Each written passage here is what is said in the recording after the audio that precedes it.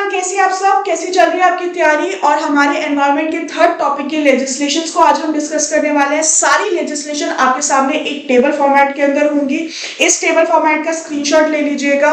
इससे ज्यादा easy way तरीका कोई भी नहीं है लेजिस्लेशंस को सबको एक साथ पढ़ने का और 5 मिनट में पढ़ने का। 5 मिनट के अंदर आपकी सारी लेजिस्लेशन के सारे इंपॉर्टेंट टॉपिक्स आपसे डिस्कस हो जाएंगे। जितना आपसे लास्ट ईयर में पूछा गया है वो सब की सब इंफॉर्मेशन इन टेबल्स के अंदर ही आपको मिल जाएगी। और साथ ही साथ जो सबसे इंपॉर्टेंट चीज है, सारे लेजिस्लेशन के ईयर्स जो है वो भी आपको यहीं पे मिल जाएंगे। तो चलिए देर ना करते हुए आज की क्लास को शुरू करते हैं।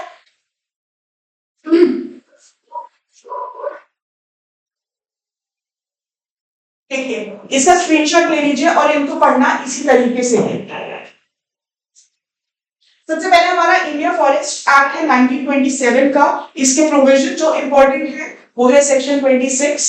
उसके बाद आपको अथॉरिटीज दे रखी है सेक्शन 71 के अंदर फॉरेस्ट ऑफिसर दे रखा है।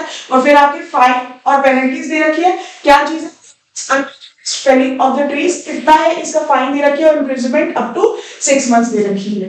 इसी तरीके से आपको सारे के सारे प्रोविजंस, उसकी जो इंपॉर्टेंट पेनल्टीज दे रखी है वो चीज, जिस प्रोविजन के अंदर बात करी है प्रोविजन की वो चीज, और कौन से सेक्शन के अंदर आपकी अथॉरिटी दे रखी है वो चीज। यही चीजें आपसे अब तक एनवायरनमेंट के अंदर पूछी गई हैं और यही चीजें पूछी जाएंगी, क्योंकि एनवायरनमेंट लॉ को ट्रिकी बनाने का तरीका ही यही है।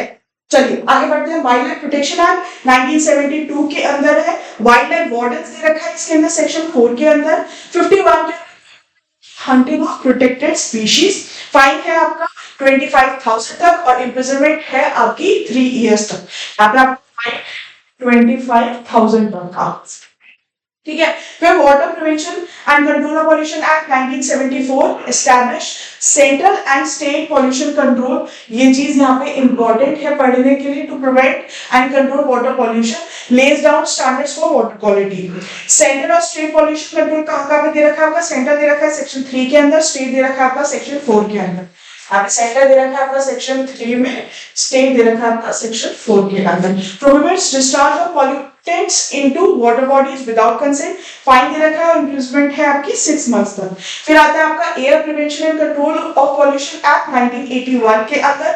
यहाँ पे भी आपकी सेंटर और स्टेट है सेम। सेंटर दे रखा है आपका सेक्शन 3 में, स्टेट दे रखा है आपका सेक्शन 4 के अंदर। फाइन और इम्प्रिजनमेंट यहाँ पे भी 6 मंथ्स तक है। Prohibits the use of polluting fuels in industries. फिर आता है फॉरेस्ट कंजर्वेशन एक्ट 1980 का, requires prior approval of the central government for the use of forest land for non-forest purpose. Non-forest purpose के लिए अगर forest land को use करना है तो आपको सेंट्रल गवर्नमेंट की परमिशन लेनी पड़ेगी। The Ministry of Environment, Forest and Climate Change is the approving authority. Approving authority क्या क्या है यहाँ पे, Ministry of Environment है, Forest and Climate Change। Prohibit करता है deforestation को without prior approval, fine and imprisonment up to 15 days. यहाँ पे अथॉरिटी कौन सी सेटअप है, सेक्शन 2 के अंदर, ministry of environment, forest and climate change. Next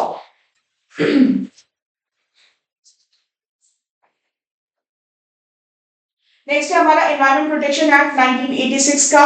यहाँ पे फाइन दे रखा है आपका 1 लाख और इम्प्रिजनमेंट दे रखी है 5 इयर्स तक। सेंट्रल गवर्नमेंट है यहाँ पे सेक्शन 3 में, सेंट्रल पॉल्यूशन कंट्रोल बोर्ड है हमारा सेक्शन 4 के अंदर। फिर आता है आपका ओजोन डिप्लीटिंग सब्सटेंस के रूल्स 2000। ये आपकी रिसेंट वाले रूल्स है, रिसेंट अमेंडमेंट्स के अंदर या रिसेंट लेजिस्लेशन के अंदर ही माने जाएंगे।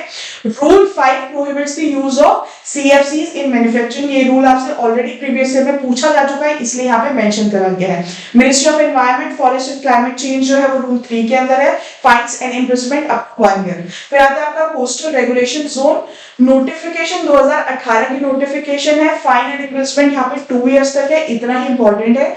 एनर्जी कंजर्वेशन एक्ट आपका 2001 का है, सेक्शन 14 को इसके अंदर पढ़ लीजिएगा और सेक्शन 2 को एक बार पढ़ लीजिएगा। फाइन्स दे रखे हैं 10 लाख तक। उसके बाद हम लोग बात करते हैं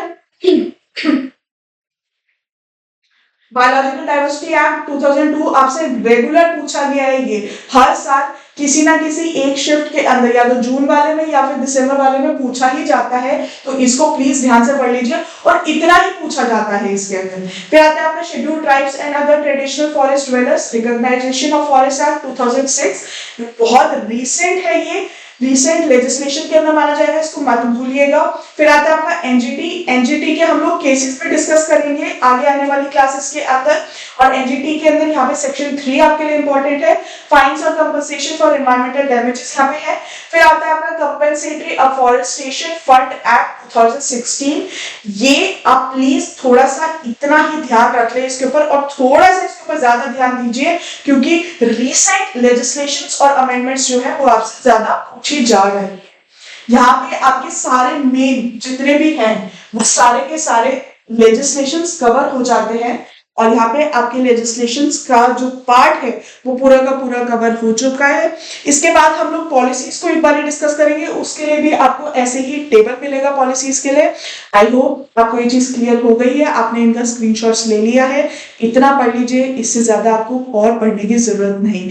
और कोई भी डाउट्स हो please leave them in comment section, and thank you so much and all the very best.